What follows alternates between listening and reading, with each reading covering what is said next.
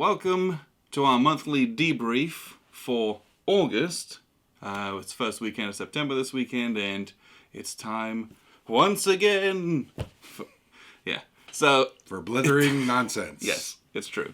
It might not be the most diverse monthly debrief because we're in the middle of our Guns of August event where we're playing all of our World War I games. So when we get to that section, yes.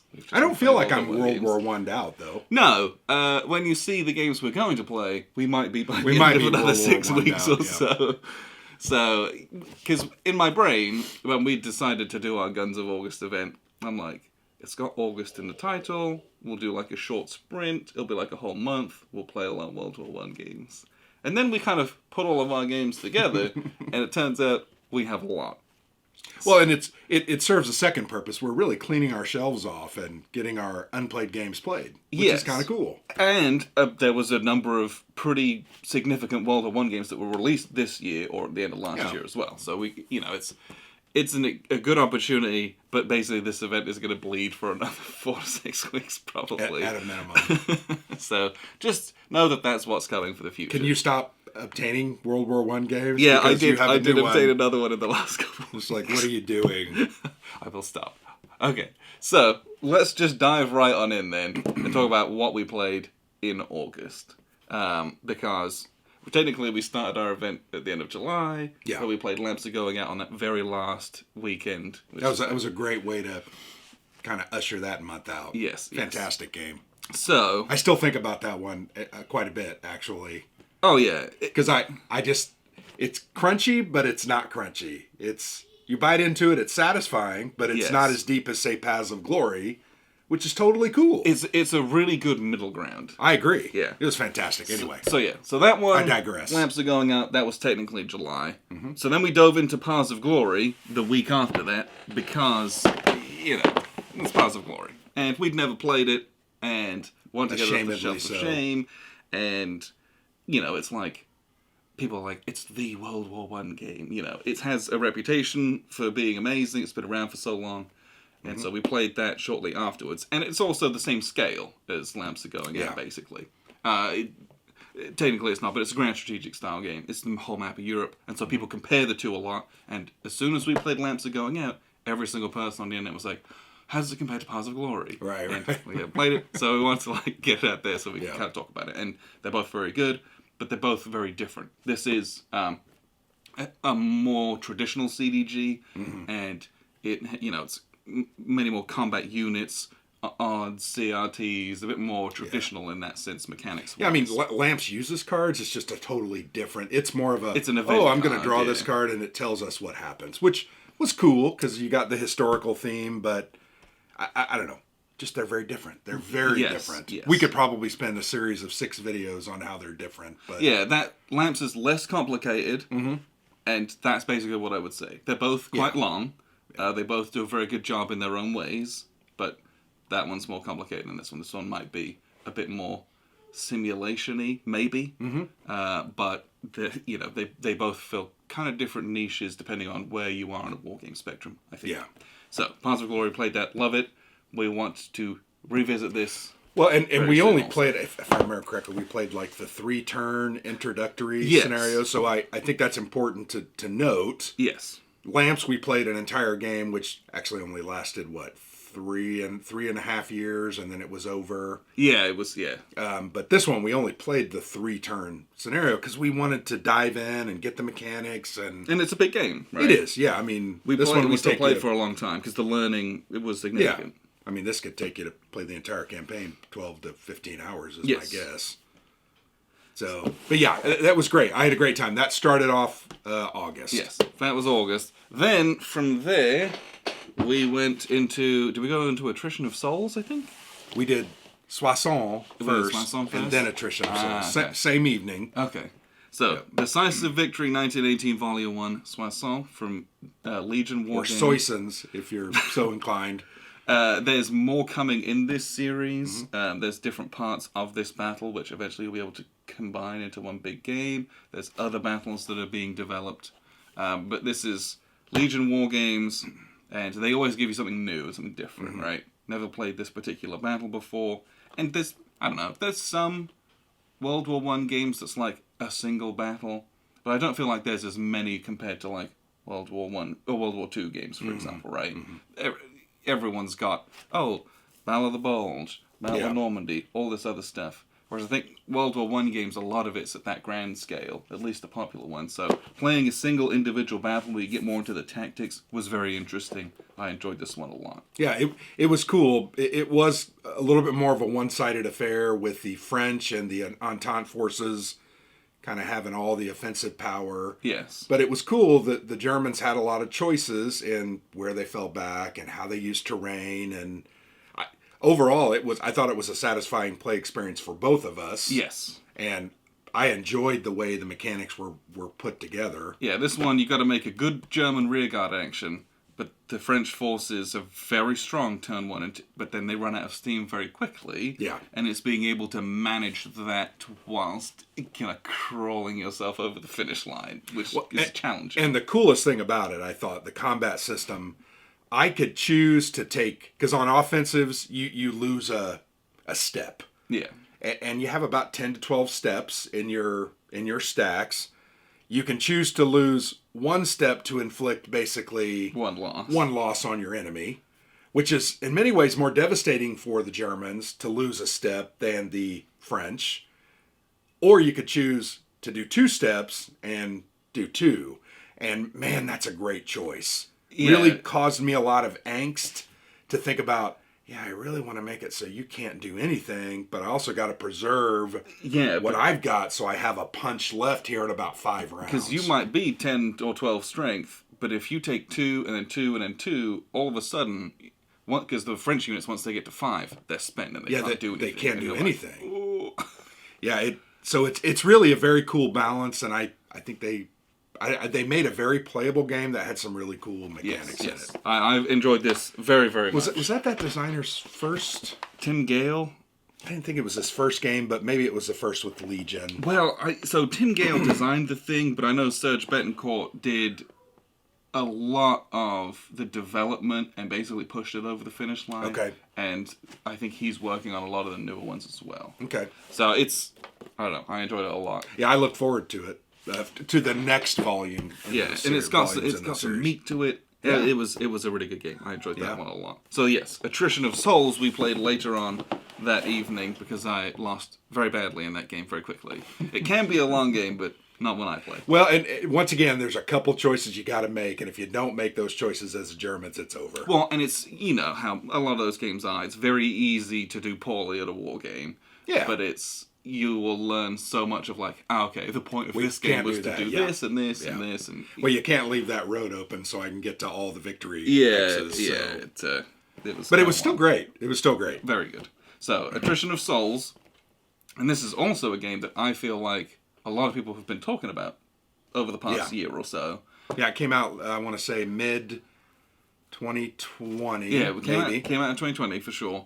And, it was, this is it's a fun game to play. This is a much shorter, grand, strategic style game. And I think it is a game. I mean, there's a lot of gamey things that it feels like a game.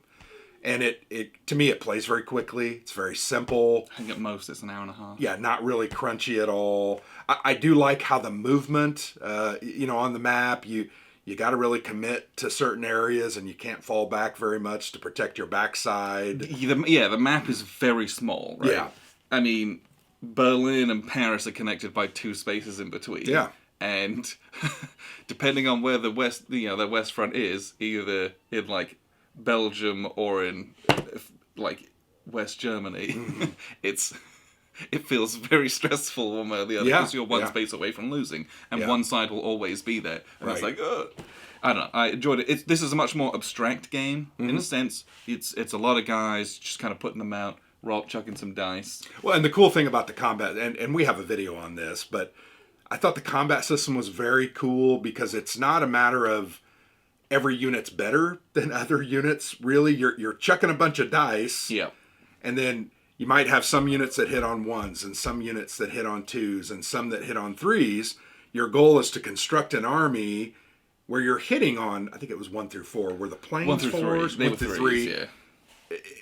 So that you're hitting 50% of the time on the dice, And if you're not doing that, man, you're only going to be hitting on ones. But conversely, there's only one set of dice that are rolled, and the opponent, if they've got that same or a better army construction because they've got better combined arms, will do all of that back to you. Right. The same set of dice being used if you have equal armies. Yeah, it's very interesting. It's very cool. Yeah. And it feels very attritional.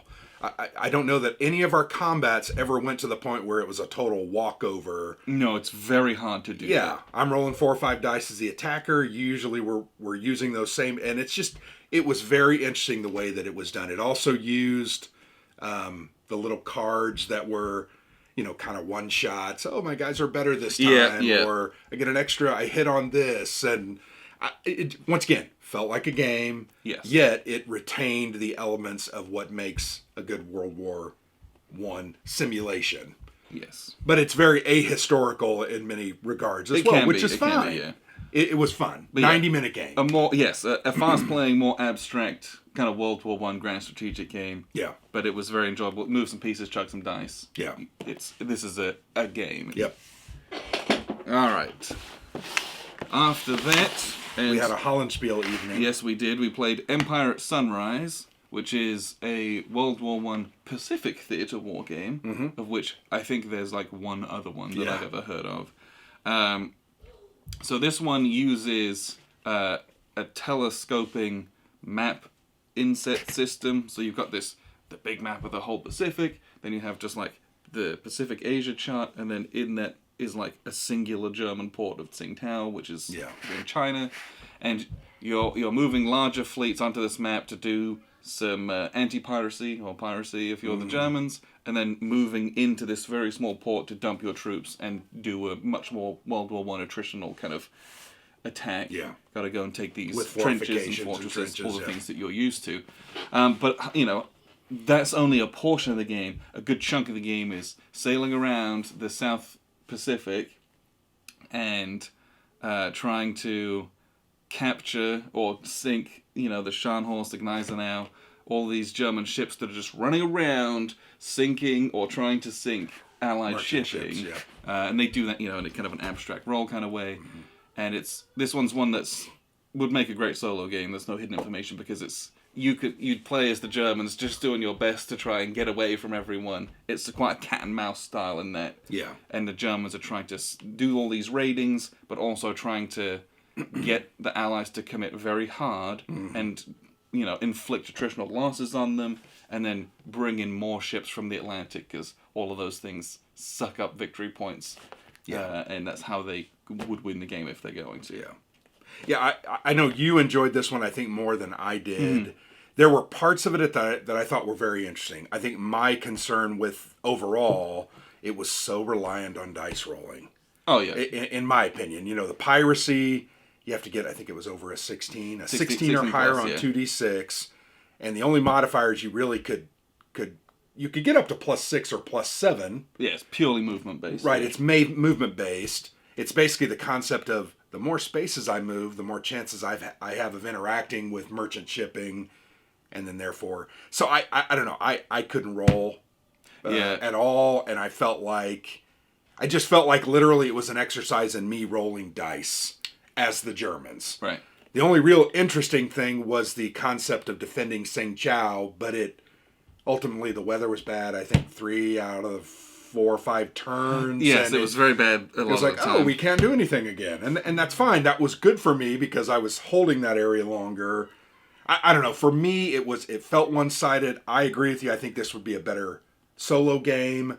But I think that the mechanics are very interesting. Yeah, that telescoping there's some really scale cool stuff in this game. Very cool. What I also, all that being said, it's a 9-minute game. Right? Yeah. So we didn't set it up, play it for 6 hours, and feel that way. Yeah, if it's 6 hours of that, it's a no for me. Right. Because it's a shorter game, and especially because it would be ideal for solitaire player as well. It's like, great. There's nothing wrong with that. Yeah. Yes, Empire at Sunrise from Hollandspiel. And then we had, to round off Hollandspiel night, we had At All Costs. And this is by... Tim Taylor. Tim Taylor, that's what it was. I know it was Tim. So this is a bit of a bigger game. And I say that because it's, like, from a Hollandspiel standpoint, a lot of their games are, smaller, shorter games. This one, can take up to 3 hours. You can really kind of get stuck into this one. So this is 2-player World War I East Front. And so, you've got all these wooden pieces which represent your armies, which are kept on these off-map charts, and it's this, not quite an area impulse, but it's this area movement style game. Yeah. And this one was very, very good. I really loved this game. In fact, I think this is my second favorite game of all the ones that we played. Interesting. Over the past very good. 6 weeks. This was very enjoyable to play. I just think it has a lot of very cool mechanics. It also simulates World War I very well. From the defending Russians using their entrenchments and their fortifications. It's not about winning early for them. It's about not losing. Yes, and it's an extremely precarious supply situation in this game. Yes. That is extremely punishing. Yeah. Not quite as punishing as Paths of Glory, but it's it's up there with... It relates the fact that all of that supply stuff was done by men and horses, and that's about it. Yeah. And, getting... And trains. Trains.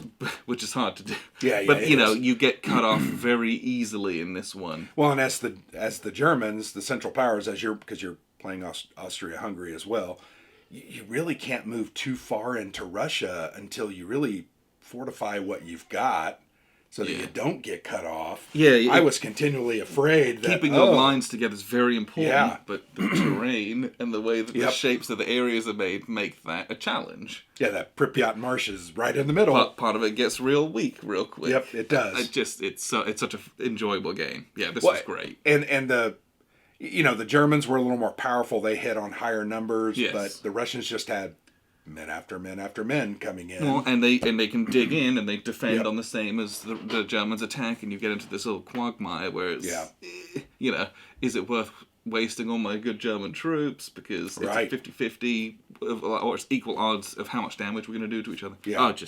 It's very good. And then the way you, I'm trying to remember what we call that. Anyway, the cards are very cool. The resource buy.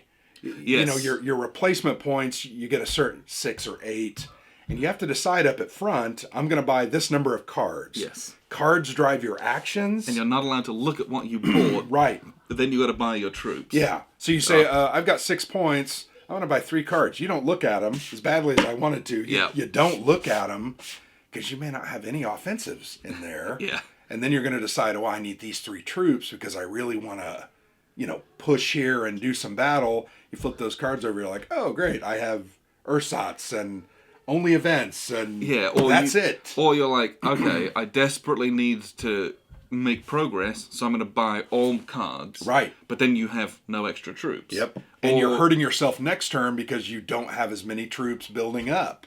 It just great choices, really liked that. Yeah. That felt the gamiest part of the game, and I really liked it. Well, and it's, that is an enjoyable game mechanic that I like.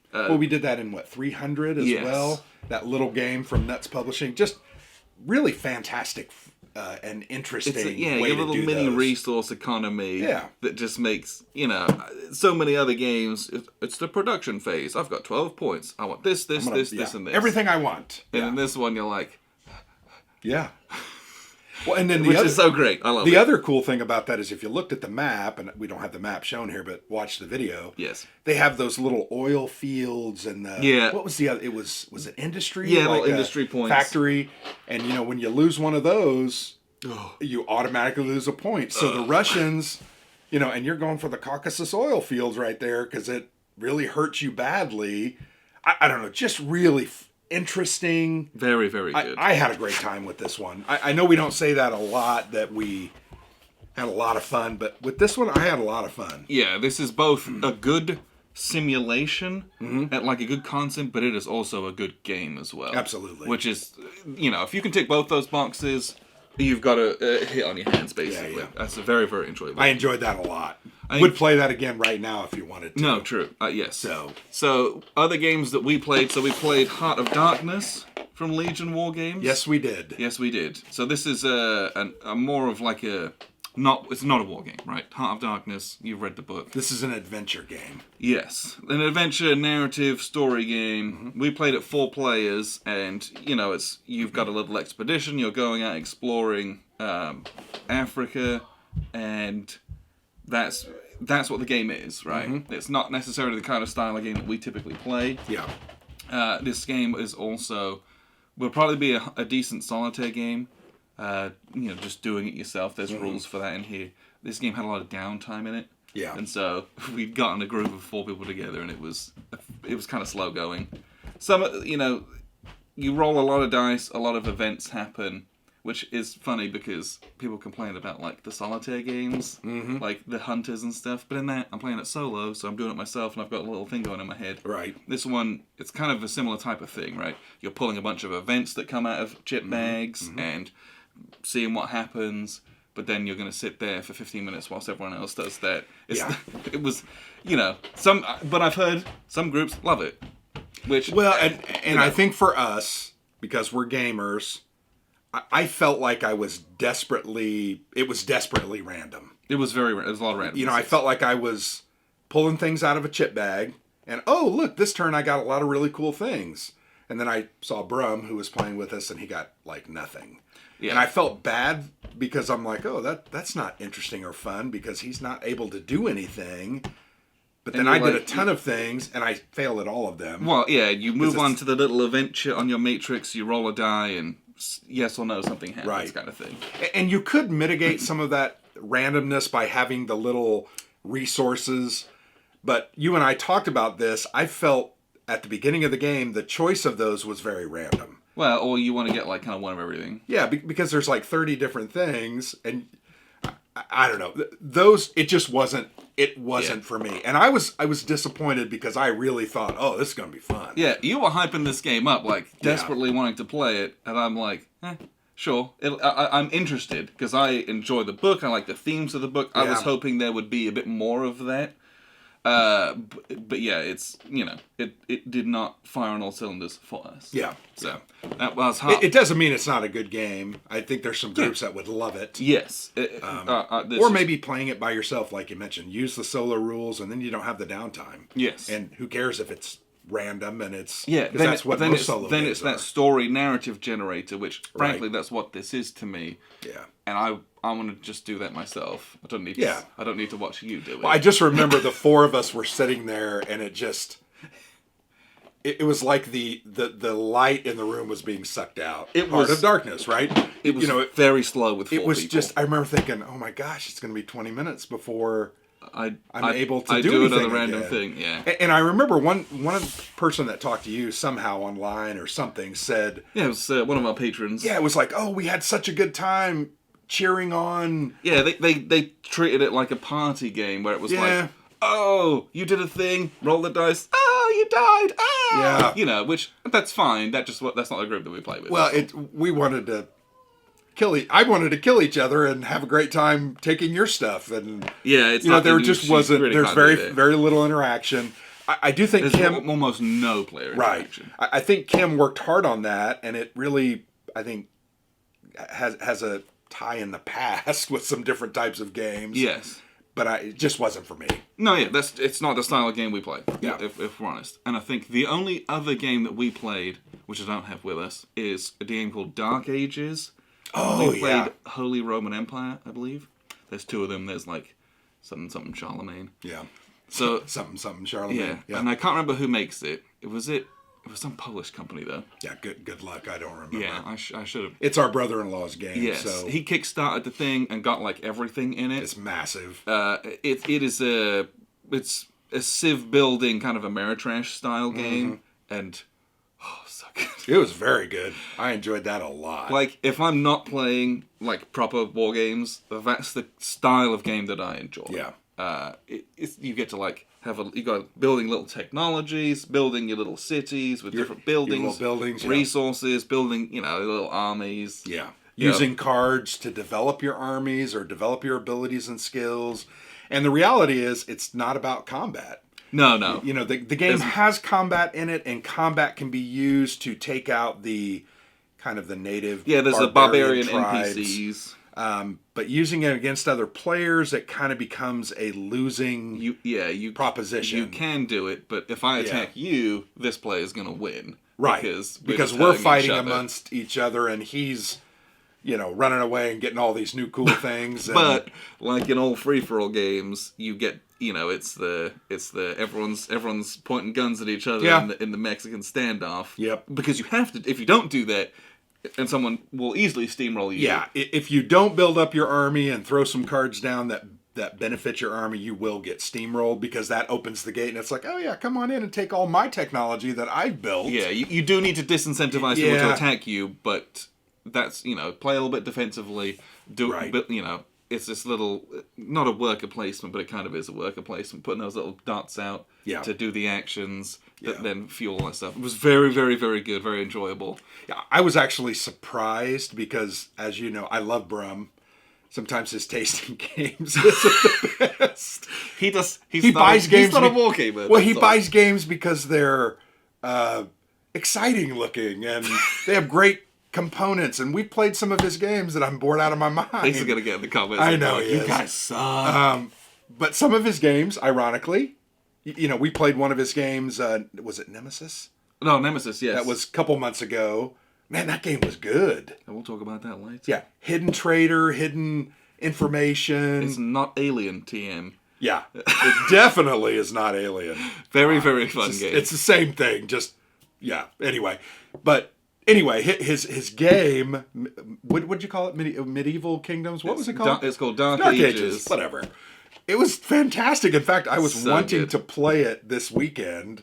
Oh, yeah. Now, we're going to play Ankh later that I got off Kickstarter, but I'm like, I'm going to play that again. Because you walked away with it because you figured it out quicker than the rest of us idiots who were dominating and trying to be military powerhouses. I also had the broken card.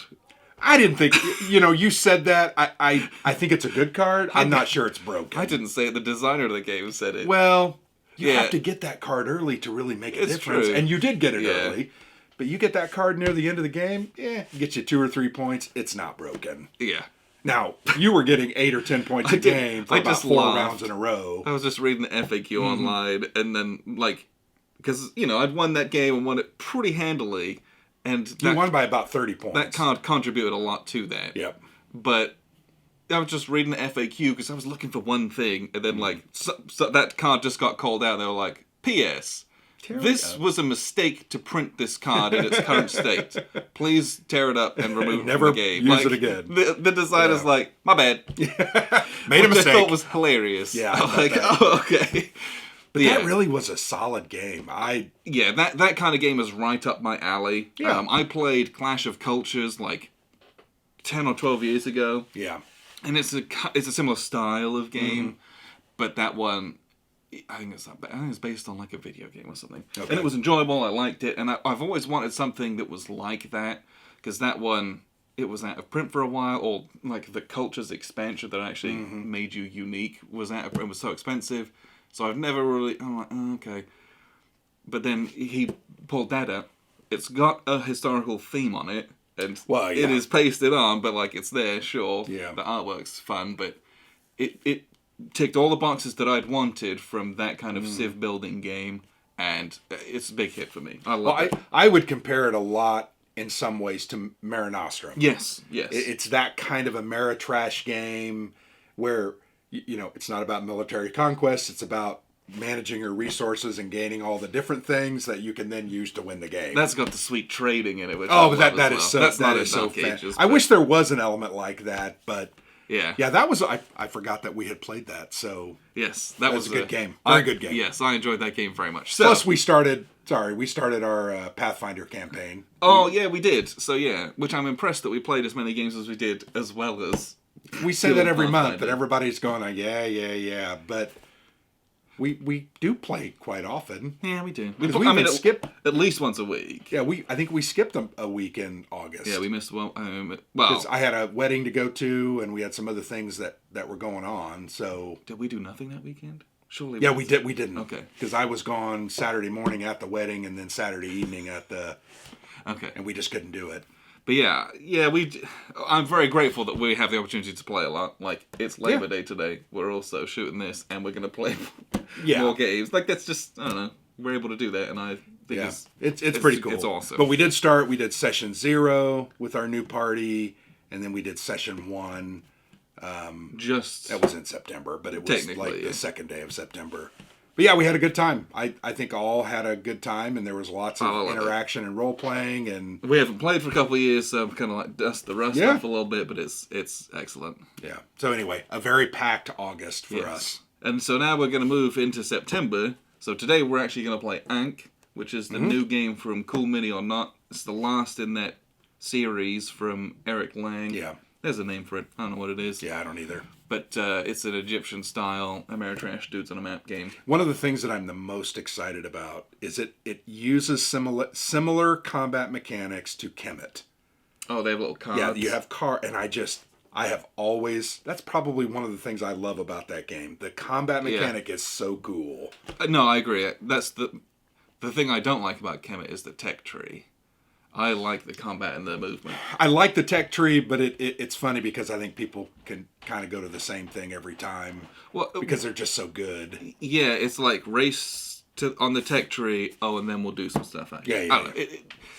I'm very excited for Ankh. I'm very excited. I am too. It has great looking minis. It's Ameritrashy, but it really, I don't know, looks very cool. Yeah, those games are just fun though. Yeah. Blood Rage and Rising Sun are other games that we've played and really enjoyed. We've played Blood Rage probably 5 or 6 times, and if not more. Rising Sun 2 or 3. I like that one less than I do Blood Rage, but I still like it. I like Rising Sun. I just have no idea what I'm doing in it. Well, we're terrible. We got absolutely taken to the cleaners by some guy that sat down. He was so nice and friendly, and then he just rocked us. Yeah, it was fun. And he wasn't rude about it, but you could tell he was like, I know. Like he's played that like 10 or 15 times, and we're just like, and we got dominated. I don't know what to do with this. But game. It was cool. Look I at still my had big a good shiny time. monsters. Yeah, right. Woo! That's how I play those games. Yeah, right. And he's like, let me get all my tactical cards out. You're dead. Yeah, you're dead. Yeah. How did that happen? But yeah, I look forward to that today, and we play a lot. We also have this big old stack of games just off camera. These are some of the other games that we're going to get to in September. And, are we going to get to all of them? No. Probably some of this is also going to bleed over into October. Yeah. So this is basically the rest of the lineup for our World War I Guns of August event. So we're just going to run through these. We need to commit to that this is it. You're not going to get something else like Rock of the Marne in a trade, and we're going to add it to the stack. Can we just commit that we're going to stop? That's fine. Yeah. Okay. Great. We can absolutely underline this. So there are 8 of these left, and we've only played 6. Here's what I'll say: we will not play more than these. Okay. Like if we want to just like call it, and there's like one left. Well, I want to play all of these. Me too. I do. But if something happens and we're just totally sick of it, I understand. So. Start with, we've got 1916 Verdun from CSL, which is Conflict Simulations Limited. We played their game Mons 1914 earlier in the year. This is a game came out about 2 years ago. It's part of their 2140 series, which is like 21 counters or something like that. And so this is different system from the Mons game. Yes. But it, 1916 Verdun.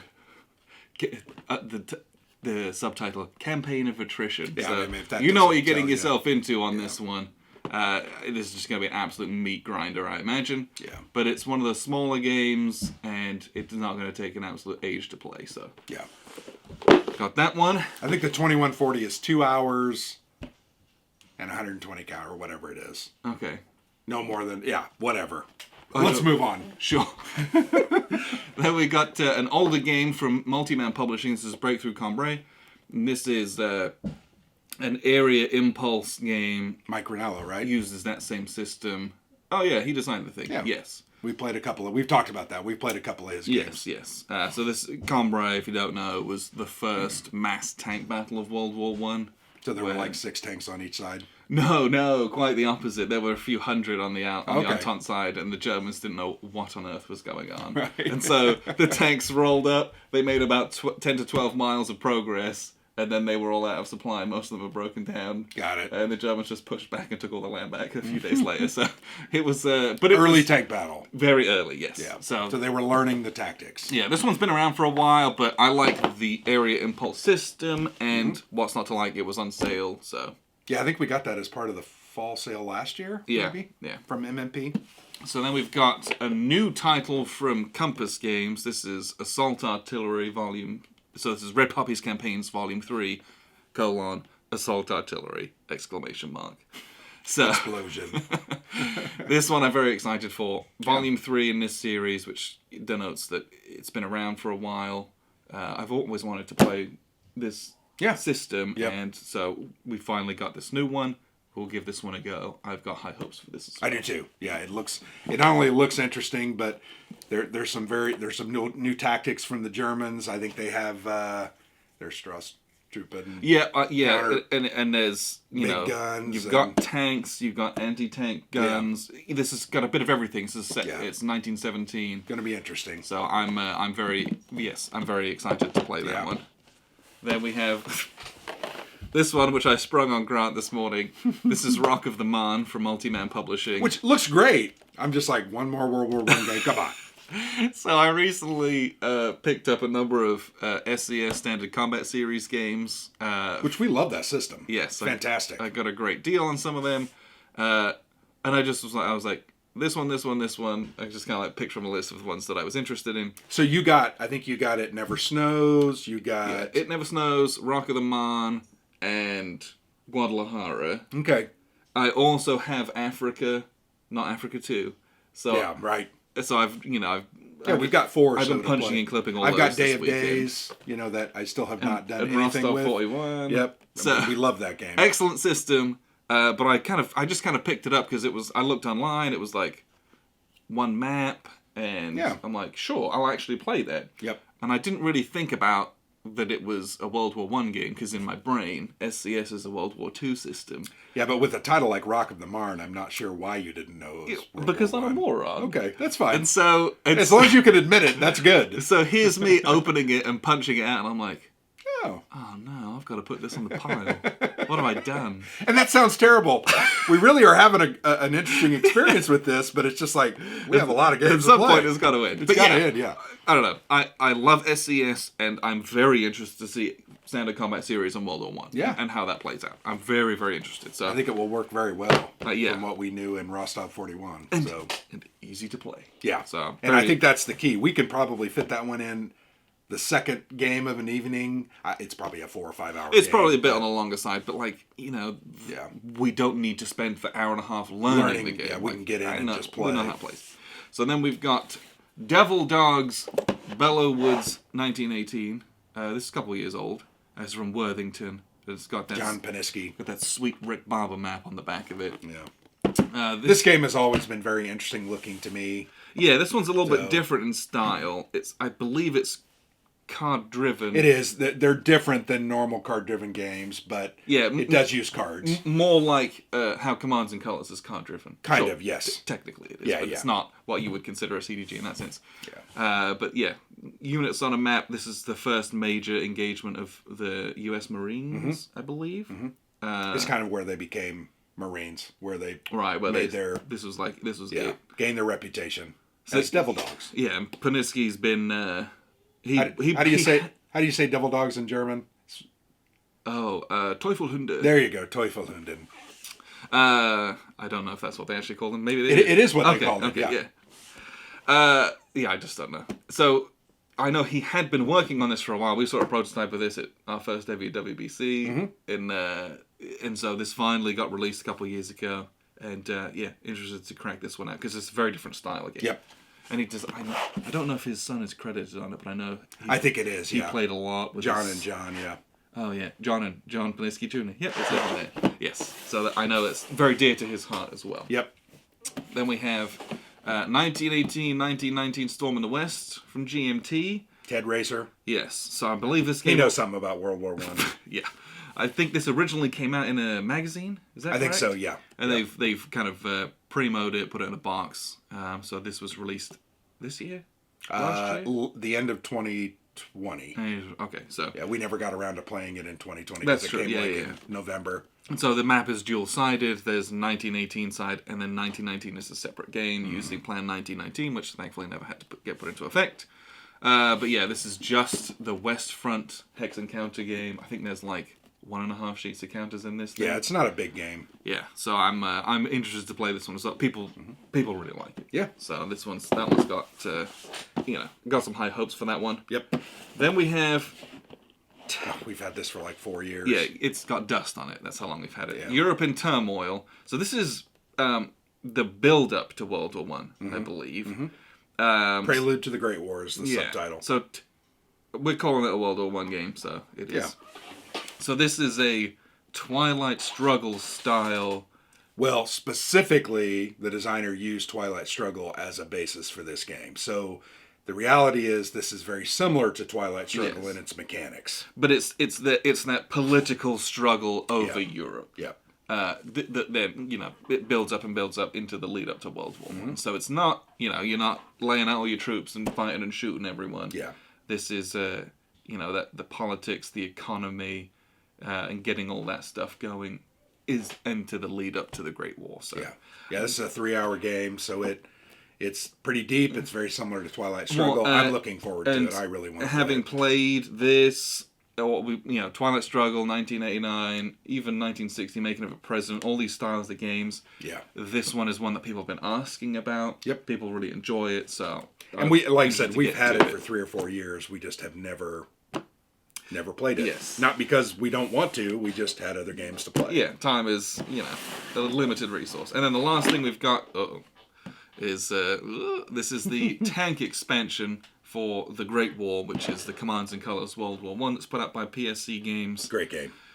We've played that. There's a review of it on our YouTube channel, but we've got this big old pack of tanks, and it has like anti-tank guns in it, and we haven't played with that stuff, so we want to give that a go. Yeah. And see how insanely imbalanced it is, or if it's just fun moving the little tanks around blowing each other. My guess is it's imbalanced, but that's okay. It's fun. Those games are very interesting. Yeah, the Commands and Color system, I think anybody can win at any time, depending on what cards come up. And it's a fun, it's those enjoyable games that you can play with your kids. And unlike Memoir 44, where you got your little tanks, these tanks are absolute chonkers. Yeah. And just take up that's awesome. Who doesn't want an A7B? And I think I actually have 2 different types of tanks. I have the Whippet tanks. Yeah, you've got the Mark IVs. And the Whippets are there. And the little Whippets as well. Which are basically just mobile machine guns, right? Effectively, yeah. Yeah. And then you've got the little anti-tank guns. These came on a sprue. I did have to cut these out and glue these together. And they have a little team, firing team. Yeah. So cool. But yeah, that's I don't know. That's just going to be awesome fun. We can kind of tag on into a game session. But yeah, we're going to play that with those. I think that's all the plans for September. Yeah. I'm sure other things will happen. We do play D&D regularly as well. So if you follow on Twitter, you'll get updates about that kind of thing. I believe that's everything that we're doing, or that we have plans to do. Yeah, we'll probably end up doing the order in which that happens is kind of up in the air as well. Right. So, I do think we need to pick the ones that we really, truly want to play and play those first, because if we do get burned out, I don't want to leave a game that we really wanted to play. Right. No, I understand. And once again, want to play all these, but the reality is 8 more World War I games. It's a lot. It's a lot. That's a lot of When games. we've only played 6 so far, it's a lot. Yes. So, moving over to kind of the Kickstarter side of things. Man, I don't even... The big one that's going on at the moment is the Band of Brothers from Worthington. Band of Brothers is their tactical system. Yeah. And it is apparently very, very good. I actually... Do I have it? Yeah, we have... I have Ghost Panzer kicking around on a shelf that I have had for years. It's embarrassing to say we haven't played it. No, we've tried a couple times. I've read the rules, and it's just not something that we've kind of got around to. But they're releasing a new title in the series called The Old Breed. So it's their Pacific setting. But as part of that, they're basically redoing the whole line and deluxifying them. Because the one that I have, the old Ghost Panzer, it's in one of the old style MMP boxes where it's just like card that's folded over. Yeah. And the counters are really big and really nice, and it's a lot of geomorphic stuff, and it barely fits in that box, and it's very heavy, and when it's those thin paper boxes, it's kind of a nightmare. So Worthington's really kind of done up their production the last few years, and so they're just redoing the whole system. If you have them all, you can just back an upgrade kit which has the new pre-rounded counters and all this kind of stuff. Or if you've never played, you can kind of jump in and get a whole bunch of stuff out of it. That's that's like the big one that's on there. There's a couple others that I'm aware of. The Redbird Noose is kind of a North African Algerian style game. It's on Kickstarter. I think it just started. It looks really interesting. We didn't really do any. We've kind of stopped doing as much promotion because I've started a new job and I'm just a lot busier. Right. But that one's coming up. Is the Road Chosen still on there? I think it just finished. Okay. I think it just finished. A lot of people have been talking about it, and I couldn't remember if it still had a few more days left, yeah. or if it was like just coming to an end. Yeah. That was the other one. But then there is a new Kickstarter, I think, in October from Catastrophe Games on Afghanistan. I'm drawing a blank on the name right now. I have a prototype copy that we need to play and try to do a preview video for that, but those are about the only three that I'm aware of. Okay. I feel like I've kind of been out of it, which is not a good feeling. But yeah, there's always stuff going on there. But yeah, I think that's the stuff that I'm aware of currently at the moment as well. Mm-hmm. So what we shall do then is move on to the main topic segment of our ramble. Yeah, and let's call it what it is. Yeah, I still got it. We are going to talk about. Did we ever decide what we were going to talk about? Yeah, okay. Yes. So my bad. First of all, I do need to apologize. Normally, I post a post on Patreon where people can suggest topics. I did not do that this month. Okay. My bad. This month kind of really got away. There's a lot of stuff going on. So I retroactively picked a different topic from one of the previous months. So this one was submitted by Chris Haupt, and he wanted us to talk about and compare and contrast sci-fi games. Okay. I love me some good sci-fi. Yes. And if you know anything about us, we play a lot of war games. Mm-hmm. And then when we're not playing war games, a lot of the time it's sci-fi or horror games. We play a lot of games based on the Alien world or based on the Alien world. Yes, or sometimes Star Wars. Yeah, right. Star Wars as well, absolutely. Like if I was to go through all of the sci-fi games that I've played, we could be here for a very long time. We could, yeah. Because there are some that I've even kind of traded away and moved on from. Like it's just if it's sci-fi, I'm more inclined to look at it on a shelf in a game store. Yeah, that's what I like. Yeah, they're definitely for me is also an attraction. Just like I'm attracted to historical games, sci-fi is one of those things that I'm like, ooh, a new sci-fi game. Yes. Definitely. So, if I think one of my... I think back to when we ranked the Commands and Colors series. Mm-hmm. Red Alert was like number one for me. And it's very good. Because it's Commands and Colors, which is a very fun system, and you know if you've played any of them, you know what you get yourself into. It's a great little two-player game. You can play it basically anyone. But this one has plastic ships, and you can make laser noises. Yeah. What's not to like? Yeah, so it's fantastic. I love... That's like peak sci-fi game. Another one that I love is Space Empires. We have played Space Empires multiple times. I've done it solo. I don't think you've ever played it solo. Have you? I have not played it solo. I have a number of the solo modules because they come in expansions. I've done the Doomsday Machine, which is very challenging. That thing is just... I think I've got the Amoeba one in here. Yeah, I've never tried that one. It's a little more complex.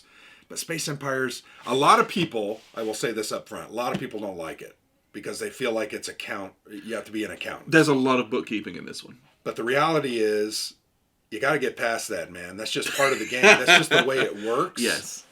If you can get that part down, the rest of the game is freaking amazing. I mean, hidden units, and I'm moving a stack of death towards you, and you're moving a stack of death towards me, and we have it out, and it's just fun, man. It's very good. And the different types of units, from minesweepers to fighters, you can do anything. And it's hard to defend against everything. So if you guess right and you can do a lot of damage. And it's a blast. I've never had a bad experience with Space Empires, ever. Yes, it is a big game. It is a long game. Yes. But it's just so rich and deep. This is a war game in space, straight up. Yeah, and I think that's the reality. If you're a war gamer, Space Empires is kind of that attraction because Yes. it feels like a war game. There are other sci-fi games that we play of a similar style, 4X, right? The 4X's are exploration, exploitation, which is not a word that we use well right now in our world, extermination, expansion. and expansion. So it's you're going out and looking for stuff, you're finding resources, collecting them, you're then building things and building colonies and taking over worlds, and then you're fighting it out. That's what these games are about. So, games like Eclipse. We love Eclipse. Eclipse is very good.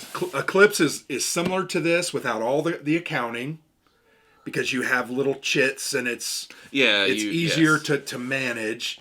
But it's that same 4X style of game, and there's a lot of combat in Eclipse. Yeah, Eclipse is more like...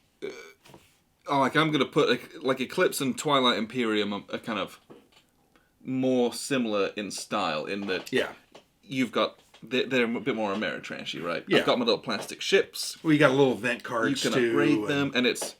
You're building your little empire, and at least in Eclipse, what you have is... Everyone's being a bit cagey, and then, like, at the end, everyone dogpiles the middle, basically.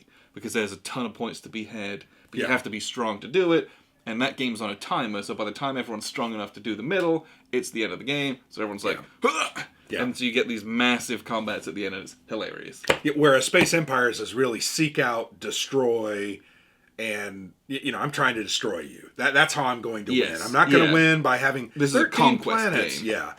I'm going to go out and destroy you. Eclipse, you can win in several different ways. Yes, victory points, right? Victory points. But victory points come in combat, in fighting the old ones and taking the technologies, or developing your planets. So, and then TI4, and we played the 4th edition, right? Yes. To me, that's the definitive edition, because now you can play it in under 5 hours. It to me, makes it much more playable, but yet you still get the feeling. Yeah. There's a lot of gaminess in that one. You can win without combat. You absolutely can. You can. It's going to be hard. Very hard. But there's some interesting cards. There's some interesting things that can happen. It's just a very different style of game. So this one, I think, is more like a war game. Yeah, and very much like you said, this is a conquest game. Absolutely. You're going to win by destroying. You win by capturing, enemy homeworlds. Yes. That's how you win the game. Yeah. Whereas the other games, it's... You win with victory points, and those victory points come from lots of different things. Yeah. Whereas this one is much more cutthroat. Yeah. Like, you're expanding, you're exploiting resources, building your civilization to fuel your war machine. Yeah. That's what this is. Yeah, every technology in this game is driven to make your starships better, right? Yes.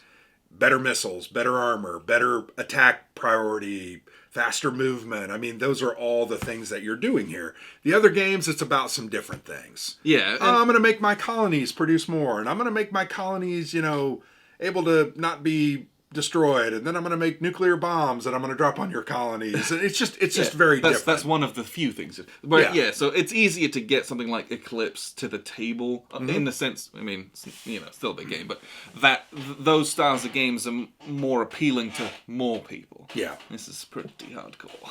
Yeah, but I love it. Once again, we played this several times, and every time, with the exception of the length, I mean, to really play a game, you're going to play for 12 hours. Yeah. I mean, that's the truth. Yes. But it's just fun. Especially if you've got like 3 or 4 players. Oh, yeah. And you can also make it like a huge by adding a couple boards together. Yeah. And you want to talk about a game that's going to take all weekend. That's wild. That's a game that's going to take all weekend. And I know that there are people that set this up and they play it for a month, But it's so good. Yeah, but they come back for 4 or 5 hours a weekend, and they play for 4 or 5 weekends in a row, and then the game is over. And so yeah, Space Empires, Eclipse, Twilight Imperium, those are kind of, in my opinion, the pinnacle of that 4X style. And those are like big games, right? Yes. They're big. Yeah, you're going to play 3 to 10 hours for all of those. Yeah. I think TI4 we played 6 hours. We've only played that once. Yeah, it was 6 and hours. It was a 6-hour game, but I think before they made some of the changes, it could have been a 10, 12-hour game. Yeah, it was like an all-day affair. So and with 6 hours isn't an all-day I know. affair. For a lot of people it is. But. And we started it like a bunch of dummies at like 10 o'clock. I'm trying to remember we started at 6 p.m. and we start at midnight, 6? Yeah. Okay, it was so long ago. Yes. But I had a great time with that. So those are kind of that genre of game, that 4X. Yeah. Now, there's other games. We play a lot of cooperative sci-fi games. Yeah, I think there's a lot of them, especially recently. Yeah. So, one of our favorites is Alien Deck Builder. Yep. Alien, and then they threw Predator in there. Yeah, the legendary encounters.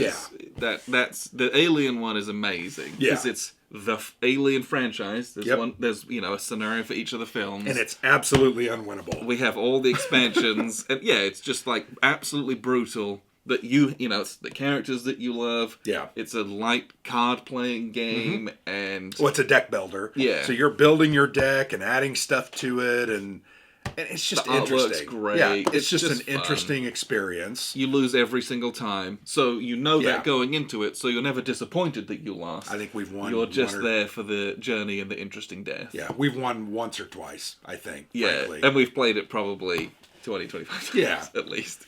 So another cooperative game that we've enjoyed significantly, and it's a newer one. It's Another Glorious Day in the Core. Yes. Aliens. Yes. Fantastic miniatures based. It's a dungeon crawl. You're Yep. moving Yep. around. You're encountering the alien hive, and then they're chasing you down, and you've got. Each scenario is different. You have some goals and objectives. Most of them are survive. Yes. Get to and from, and then get back and move on. But we've had a great time with that game. We've played that, I think, 2 or 3 times now.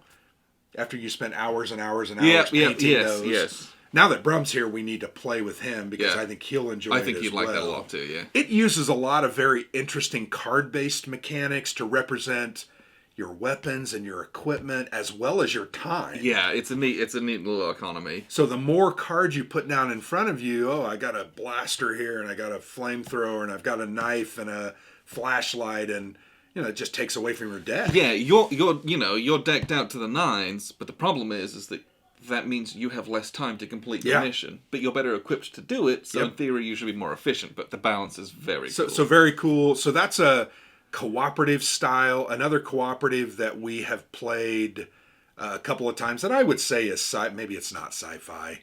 That Sentinels of the Multiverse. It's more of a hero. That's like a comic book So style. forget that one. But what are some other cooperative ones we played? The co-ops, gosh. We played Mansions of Madness, right? That's more of a horror It's Lovecraftian. Cthulhu. Yeah. Which is also fun. I enjoy those games, but other sci-fi games though. So let's talk about Quantum. Quantum is one of the best games of all time. Yeah. I love Quantum. Quantum is an abstract game where you have all these 6-sided dice and you roll it, and then whatever side is facing up, I got a 5. Oh, that's a battleship. Yeah. Oh, I've got a 6. That's a carrier. Oh, I've got a 4. That's a cruiser. So you roll a die. That's the ship. You put it out on the board, and oh my gosh, it's just that is such a cerebral game. It I would recommend that to anyone. It's so good. It's got that science fiction theme, but it really hits it home in the way the game works with the technologies that you can get and the 6 different ship types. It's just fantastic because sometimes you want those fast-moving scouts that are the ones, but you can only get those if you roll it. Right. And those guys can't control a planet. No, they need can't. The biggest ships to do it. Yep. But if you don't roll them, you're like, oh no. And ultimately, the game is about controlling planets, placing I think they're called quantum cubes, and that's what it's about. That game is not about combat, although combat is an important part of it. Very, yeah. You've got to do it to make sure you can get what you need, but it's about putting your cubes on planets. I love that game. We've played that game half a dozen, if not more, times, and game. I've loved it every time. One of our favorite stories with my son was we were playing with him, and he was 10, 12, maybe. Yeah, he's probably like 12 or 13. Yeah, so just starting to get into some gaming. He has since now gone totally video gaming. He doesn't want to do any tabletop gaming, but we're like fighting it out. Alexander and I are like, we're so smart. We know, blah, blah, blah, blah.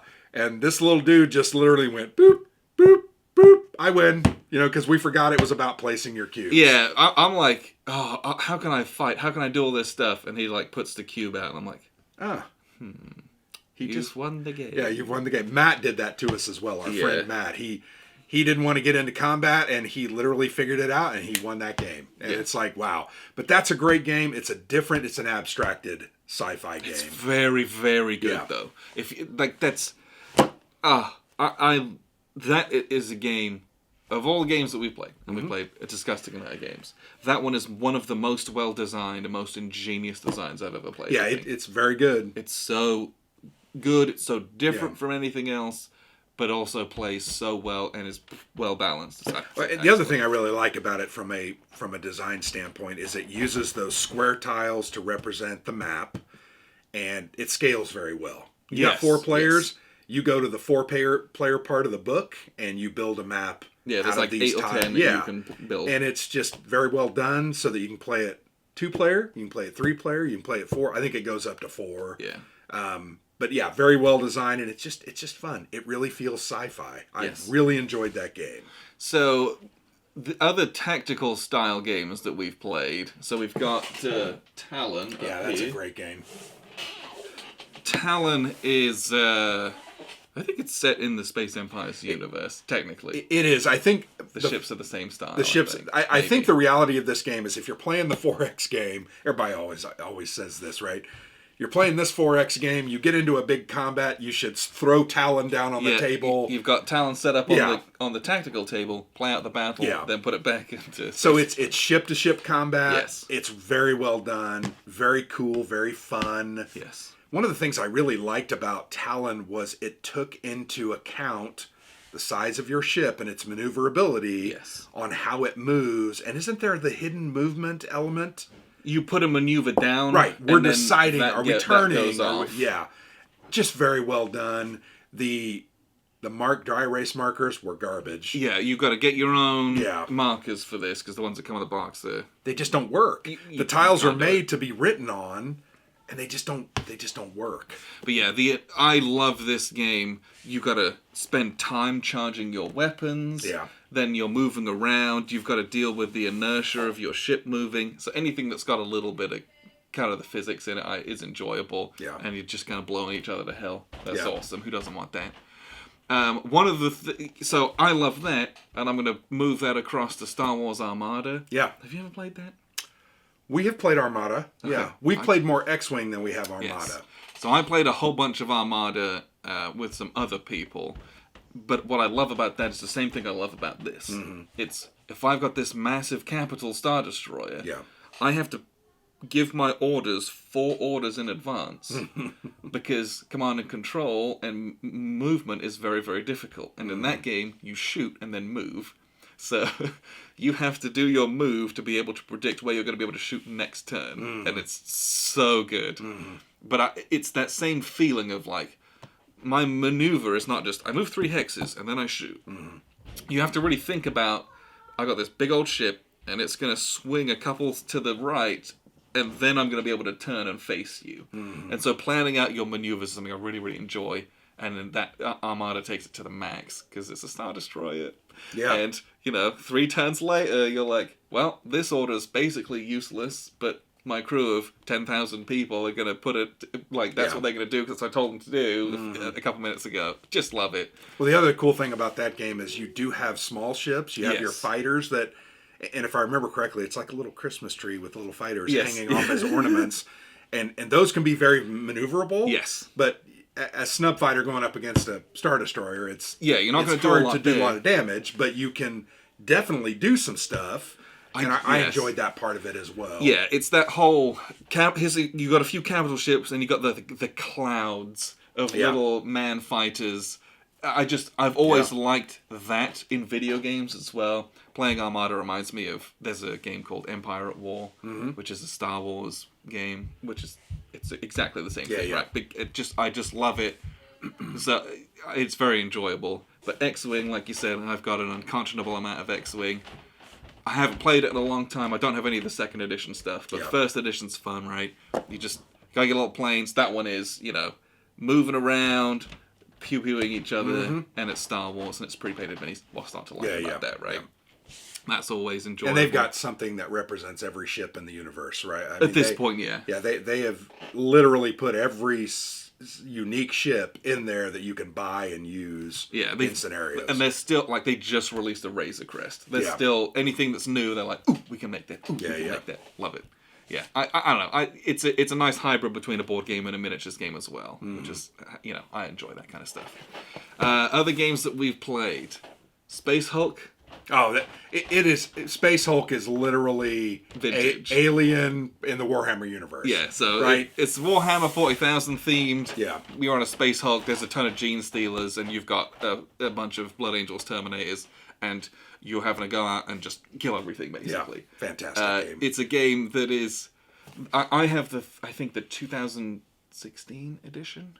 Which is kind of the souped up deluxe. Yeah, I think it's the most recent one. Mm-hmm. Whenever Games Workshop wants an influx of money, they just print a new version because it's the most popular thing they'll ever do. So they, it's so fun. It's half of the things are imbalanced, but it doesn't pretend to be. Yeah. Like, you're just like, oh, this mission's called Suicide Mission. I wonder how this is going to go. Yeah. But yeah, you're a bunch of power armored dudes with big guns, and you're trying to blow your way through aliens, and there's just so many of the aliens, and it's and the fun in those games to me is the tactical concept. I've got a guy who I can set on whatever they call Overwatch, and he's going to shoot the moment a Gene Stealer comes around the corner. So you got to kind of, at key areas, you got to put a guy there, and then you move on. And then you got to do it to another guy. But guess what? You now only have... That takes a lot of action. 4 or 5 guys, and that's the best part of that game. How do I do what I need to do, get to the mission that I need to accomplish, and get out while still alive using what I've got? Yeah. It's just fun. And it comes down to some dice rolling. Yeah, it's a trashy game. There's a way to mitigate some of your randomness because certain guys do certain things well. This guy's got a shield. This guy's got a power sword. So make sure they're in melee, But those games are fun. To me, they excel in that tactical resolution. And it looks great on the table, too, right? The miniatures are fantastic, and we just always have a good time with it. And so let's also talk about Nemesis. We kind of mentioned that earlier. Yeah. Nemesis is a newer game. Mm-hmm. I don't know how new, but I think it just came off Kickstarter the last couple months, 3-4 months. Yes, but it might have had a previous version. I'm not sure. It may have done, but there's like still more of it. The Kickstarter's still currently releasing. There's more expansions coming. So our brother-in-law backed all of that, and so we've played that a couple times, and it's not aliens. Because they've added an extra tail to the miniatures, and they've added a face horn, and it's just the same. It's the same thing. Yeah, the map is a ship, and it's the Nostromo. Yes, I was really proud of that. But you have a guy. You are one dude. You're one of the crew of the Nostromo, who's definitely not from the movies, and definitely doesn't have the same abilities as the characters from the movies. Yeah, and this one, the best part about this game is everyone wins differently. Mm-hmm. You have 2 hidden goals. Mm-hmm. One is a personal one. One is like your corporate one, like what you're supposed to do. Mm-hmm. And you get dealt those at the beginning. And you, halfway through the game, you're going to like choose which one you're actually going to do. Mm-hmm. And so some of them might be like, you have to get the ship back to Earth. You win the game. Some might be, you have to be the only one that survives. Yeah. Or it might be like, you have to kill the alien queen or blow the ship up. Mm-hmm. Like, one of those 2 things has to be true. And if the ship's going to be blown up, everybody else is going to die. But they can't win. Right. And so it's, but most people are going to lose if the ship blows up, or if if you take a hyper jump to, like, no space, or to Mars. Right. Like, so everyone's like semi-working together to not die, but like one person might be trying to kill everyone. Right. And so you're trying to fight aliens that are on a ship, trying to stay alive, but also trying to like fix the engines, fix the navigation, plot the course correctly, make sure that the person who just plotted the course actually plotted the course correctly. And it's about all sorts. It's about managing all your minimal actions, yes, but then keeping people honest, because I remember one game we played where I was kind of at the back of the ship. I was a good person. I was not trying to do anything bad. I just had to win by exploring the entire ship and then surviving. So I inspected one of the engines, and I was like, oh, it's good. And surely the other 2 engines are fine. Yes. And I don't know why I thought that, but we ended up losing. Everybody died because the ship blew up. Because the other two were red, yeah. Yeah, and it's just fun stuff like that. Our father-in-law, while he read a rule wrong, his goal was to kill me. Specifically my you. character. So I was in a room, and he threw a grenade in with me. Now, what he did wrong is there needed to be an alien in there as well. But it's like I'm throwing a grenade at the alien. You happen to be in there. And you're going to take damage too. Yeah. How much can you lie? Oh, it was an accident. I'm exactly. sorry. And it's just those kind of things. You know, it reminds me of the Crossroads game from Cool Many or Not. Dead of Winter. Yeah, it's the same concept. Somebody's a hidden traitor. Somebody's trying to do certain things.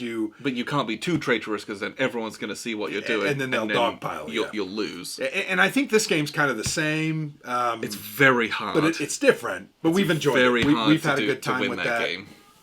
You like Battlestar Galactica, and I do. I love that game. I have only played it, I'm going to be honest, once. Yes. I didn't have a good experience because of my brother who drug us down. Thanks, Dean. Yeah. But I'd love to try that one again because we love those hidden traitor, cooperative style games. They're just fun. Yeah, and that one's very much, the more people you can get, the better. If you can get 8 people together, you can have a great game. Because that way it's harder to find the traitor in there. Yeah. But that game is literally the new Battlestar Galactica sci-fi series in a box. It's all the events that you've seen from those episodes are in there, and it's you start off with a nice thing, and all of the parts fall off, and everything breaks, and can you survive to the end? Yeah. Intact. Yeah. And it's very enjoyable. You yell and scream at each other. Everyone's a Cylon. Everyone's a toaster. Yeah. And then, then a nuclear bomb goes off, and you're like, I hate Well, I mean, isn't that the best part of those games, too? Yeah. You're definitely the traitor. No, I'm not. What have I done to make you think I'm the traitor? And then you're like, oh, well, when we were deciding this other thing, you sneezed. And you're like, okay. Robots don't sneeze. Yeah, right. Love it. Just fun stuff. So that's another cooperative style hidden traitor game. But there's a lot of, and I'm sure we played some other. Oh my gosh! I mean, there's a million that we've played. Forbidden Stars was another one that I've always enjoyed. That's not a deck builder, right? Kind of deck building, Ameritrashy, set in the Warhammer universe. Oh, Forbidden Star. Yeah, Forbidden Star. I was thinking of. I don't think it's deck builder. No. I was thinking of your one. My one. The one that you just did the solo Kickstarter for. What's that one called? Oh, Core Worlds. Core Worlds. That's a great game. That's a deck builder. Forbidden Stars, yes, is much more of the. It's kind of a 4X game in a way. Kind of. In a way. I would say it's definitely a 4X game. It just throws some new elements in it. You don't have as much exploration in that one. Well, and it turns out to be very random at some point. You get a card that can really help you. I'm also very bad at that game.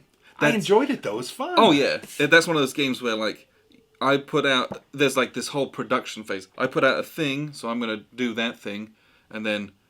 I'm going to do this one, and then the order in which you do them is important, and my brain doesn't work very well that way. So every time it came to my turn, I'm like, oh, here's a useless thing that I can't do. Yeah, it does me no good I'm now. already good at it. But that was very fun. But Forbidden Stars is good. Core Worlds, you mentioned, it's a deck building, sci-fi style game. I love that game. I know you don't love it as much. Because it's long. Yeah, that's the downer. It's a 2.5, 3 hour game. What you do is enjoyable. Yeah. I just wish... It was quicker. You could cut off the early game, maybe. Yeah. Because, once you get into all, the fighting it's fun. And shooting each other, that's hilarious. The cool thing about that game is a certain planet that you have to invade and take over, it requires both air power and ground power, and they'll have a number beside it. So it's 6 ground power and 7 air power, and you have to build your army to be able to do that. And it's just kind of fun. Yeah. So you have cards, and you're like, oh, I do 3 air power and 4 air power. That's 7. I got it. Here's my ground power. I win. I win that planet. I just find it very interesting. They've got tech there, and it's kind of fun. Yes. I enjoy that one. Yeah. There's a disgusting amount of sci-fi games out there. There is a trillion that we haven't even talked about. Yeah. But maybe we'll do Sci-Fi Games Part 2 at some point. Yeah. Because we could very easily do that with the... There's a lot of other ones we've played that we could talk about. But yeah, if it's not war games, it's a good chance we're playing something sci-fi. Yeah. I just bought Fate of the Nostromo. Yes. Alien Fate of the Nostromo, which is a cooperative game based on the first Alien movie. And you move around and the alien... The xenomorph is trying to kill you. Yes. And, I mean, what's not to like about that? Yeah, now we've talked about it, I'm going to we're going to play Ankh today. Maybe we can crack out Aliens, another glorious day in the core as well, because I love that game. Well, another game that I remember we waited at Gen Con to get into it. The Thing. It's called like The Thing in Outpost 51. Yeah. That's another cool sci-fi hidden trader cooperative game that I'd like to play, but we've never got around to getting a copy. So that was our sci-fi games. Put in the comments your favorite sci-fi games and why you like them, and at some point we'll probably play them all, because that's our other massive passion outside of war games. So that was sci-fi games, and that was our August monthly debrief. We've got a lot of games to play in September, and that's going to start today. So appreciate you guys tuning in. I'm Alexander from PlayersAid.com. And I'm Grant.